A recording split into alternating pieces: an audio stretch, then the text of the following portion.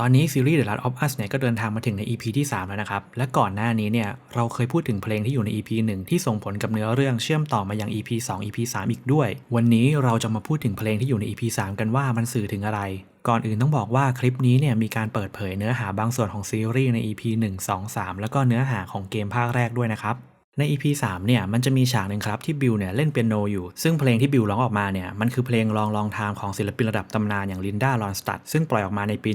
1970 เพลงนี้เคยติดอยู่ในชาร์ตบิลบอร์ดฮอต 100 ในอันดับที่ 25 และในปี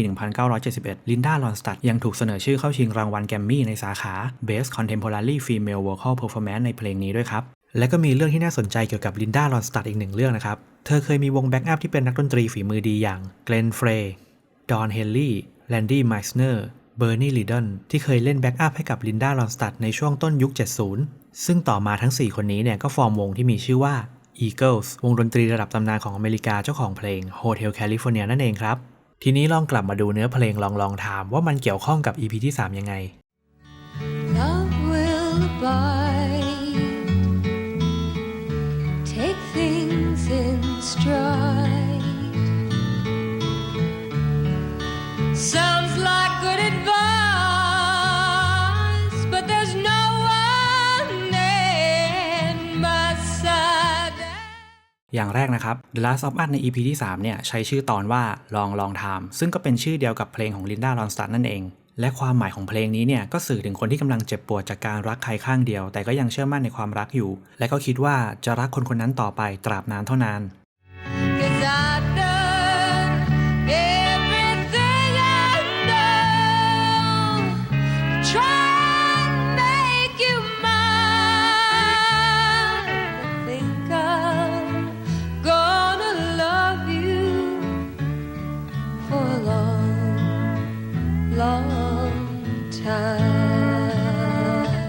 และพอเอาเพลงนี้มาใช้ในซีรีส์ The Last of Us ใน EP ที่ 3 มันก็เลยทำให้รู้เลยนะครับว่าบิลเนี่ยโดดเดี่ยวมานานแสนนานและก็ยังคงมองหาความรักในแบบที่ตัวเองต้องการอยู่เพราะว่าหลังจากที่บิลเล่นเพลงนี้จบนะครับแฟรงก์ก็ถามว่าผู้หญิงคนนั้นคือใครหรอคนที่คุณร้องเพลงถึงน่ะบิลก็ตอบประมาณว่าไม่มีผู้หญิงคนไหนในเพลงนี้หรอกแฟรงก์ก็ตอบว่าฉันเข้าใจนายนะแล้วก็ปิดท้ายด้วยการเข้าไปจูบบิลหลังจากนั้นทั้งบิลและก็แฟรงก์เนี่ยใช้ชีวิตคู่ร่วมกันมาตลอดหลายปีครับและในช่วงท้ายๆเนี่ยบิลก็ตัดสินใจกินยาเกินขนาดแล้วก็จบชีวิตไปพร้อมกับแฟรงก์นั่นก็ยิ่งทำให้เห็นว่าบิลรักแฟรงก์มากครับรักถึงขนาดที่ว่าหากไม่มีแฟรงก์อยู่แล้วเนี่ยเขาจะมีชีวิตอยู่ต่อไปเพื่ออะไรเรื่องราวของบิลและแฟรงก์เนี่ยมันก็เลยไปตรงกับเนื้อเพลงพอดีครับ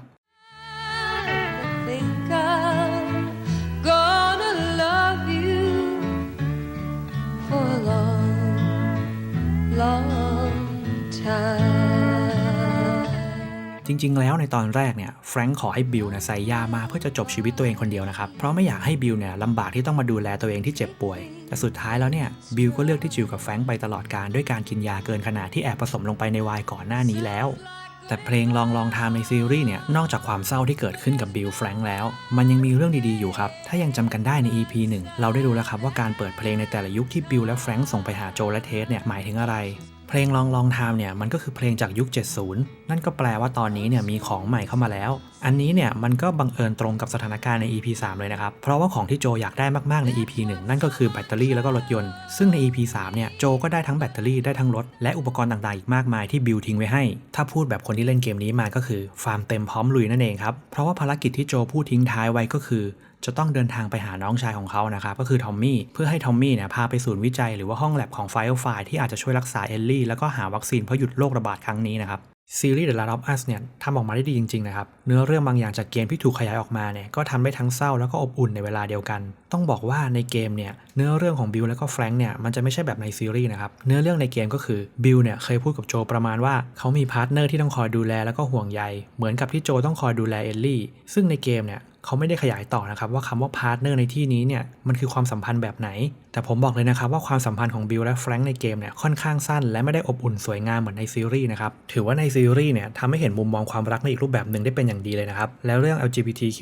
ที่ถูกเพิ่มเข้ามาในซีรีส์เนี่ยจริงๆแล้วในเกมก็เคยทิ้งปมเรื่องนี้เอาไว้อยู่เพราะว่าตอนที่โจและเอลลี่ออกจากบ้านเซฟเฮาส์ของบิลมาเนี่ยเอลลี่ที่พื้นเพเดิมเป็นเด็กที่อยู่ในเขตกักกันมาเป็นเวลานานก็ไม่ค่อยได้เรียนหนังสืออยู่แล้วครับแต่ว่าดันเป็นเด็กที่รักในการอ่านเวลาเจอหนังสืออะไรเนี่ยก็จะหยิบติดมือมาด้วยตลอดเพื่อเรียนรู้สิ่งต่างๆเหล่านั้น แต่ในเกมเนี่ยเราจะเห็นว่าเอลลี่นั้นหยิบหนังสือโป๊เกเล่มหนึ่งติดมือมาด้วยซึ่งเธอไม่รู้หรอกครับว่าหนังสือเล่มนั้นน่ะมันคืออะไรแต่พอโจถามว่าไปเอาหนังสือเล่มนี้มาจากไหนเนี่ยเอลลี่ก็บอกว่าหยิบมาจากที่บ้านเซฟเฮาส์ของบิลนั่นเองและพอมาเป็นซีรีส์ใน EP 3นะครับก็ได้ขยายความเรื่องนี้เป็นที่เรียบร้อยแล้ว